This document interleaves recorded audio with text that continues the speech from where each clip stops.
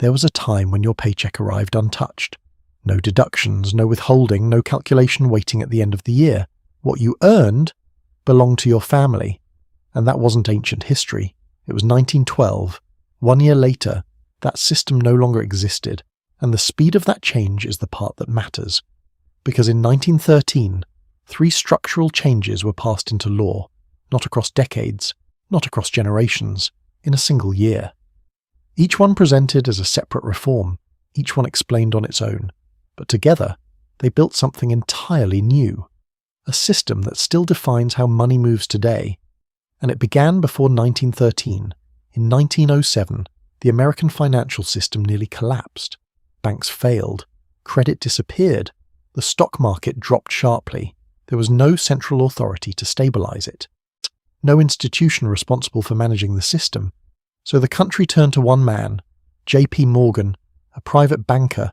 He organized bailouts, arranged credit, stabilized the system, not through policy, through personal influence. He had done it before. In 1895, he helped stabilize the federal government itself, one man, twice, acting as the final support structure for an entire economy. And Congress recognized the problem, not that intervention had happened, but that it depended on a single individual. A system that requires one person to function is not a system. So in 1908, they began looking for a solution. A commission was formed, studies were conducted, reports were written. But by 1910, there was still no clear plan, and that is when something unusual happened. A group of men met in private, not in Washington, not in a public hearing, on an island, Jekyll Island, off the coast of Georgia. They did not use full names. They travelled separately. Some used first names only. One brought a shotgun to maintain the appearance of a hunting trip.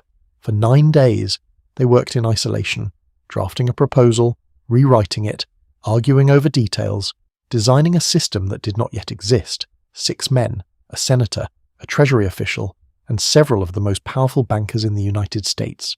Their plan would later become the foundation of the Federal Reserve. Now, it is important to be precise here. The American banking system did need reform. Financial panics were real. People lost savings. Businesses collapsed. The problem existed. But the question is not whether reform was necessary.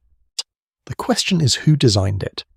Because while this group was working in private, something else was happening publicly.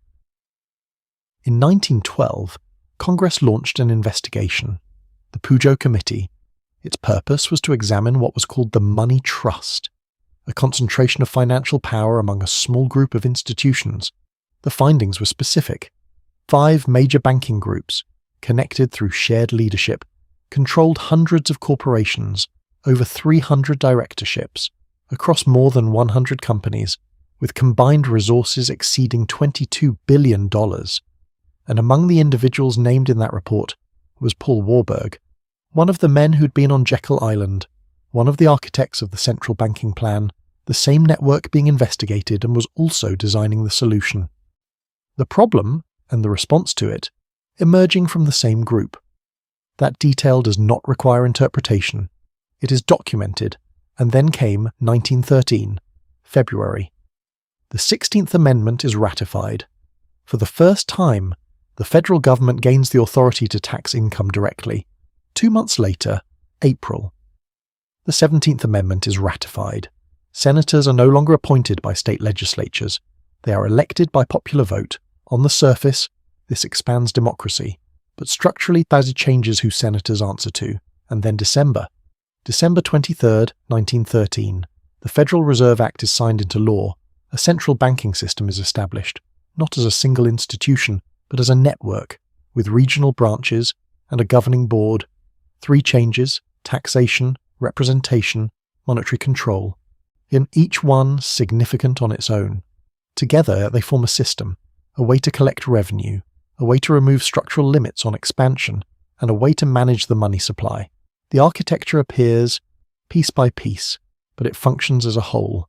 And at the time, it did not look the way it does now. The income tax was minimal, 1%, applied only to high earners. Fewer than 1% of Americans paid it. The form was 4 pages long, 1 page of instructions. it was presented as limited, targeted, temporary, and that matters. Because within 5 years, it had already changed.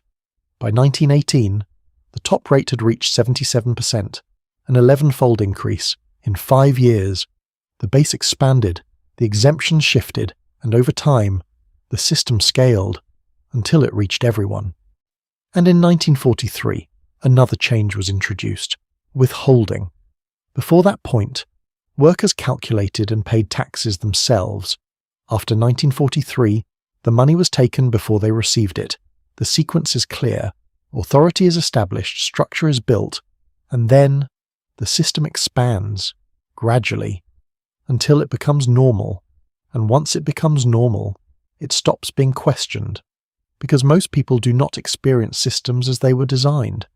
They experience them as they exist, finished, embedded, invisible, the same way you experience time, or measurement, or language, as something fixed, rather than something that was chosen. And that is what 1913 represents: not a single law, not a single reform, but a shift in how a system is structured. Before 1913, your income reached you first. After 1913, it did not. Before 1913, there was no central authority managing the currency. After 1913, there was. Before 1913, state governments had a direct mechanism to influence federal representation. After 1913, that mechanism was gone. Each change can be explained individually. Each one can be justified. But together, they create a different outcome, a system where money flows through centralized structures before reaching individuals. And once that system is in place, it becomes difficult to imagine anything else, because the original version no longer exists. It is not practiced. It is not produced. And over time, it is not remembered. The documents still exist. The dates are recorded, the votes are documented, but the system that came before is no longer part of lived experience. And when something disappears that way, quietly, structurally, it does not feel like it was removed. It feels like it never existed. And that is the part that matters, because the question is not whether 1913 changed anything. It did. The question is how a system can be rebuilt in a single year and then remain in place for over a century without most people ever asking what came before it. Because once a system becomes standard, it stops being seen as a system at all. It becomes reality, and whatever defines reality quietly defines everything inside it, including the moment your paycheck stopped belonging entirely to you.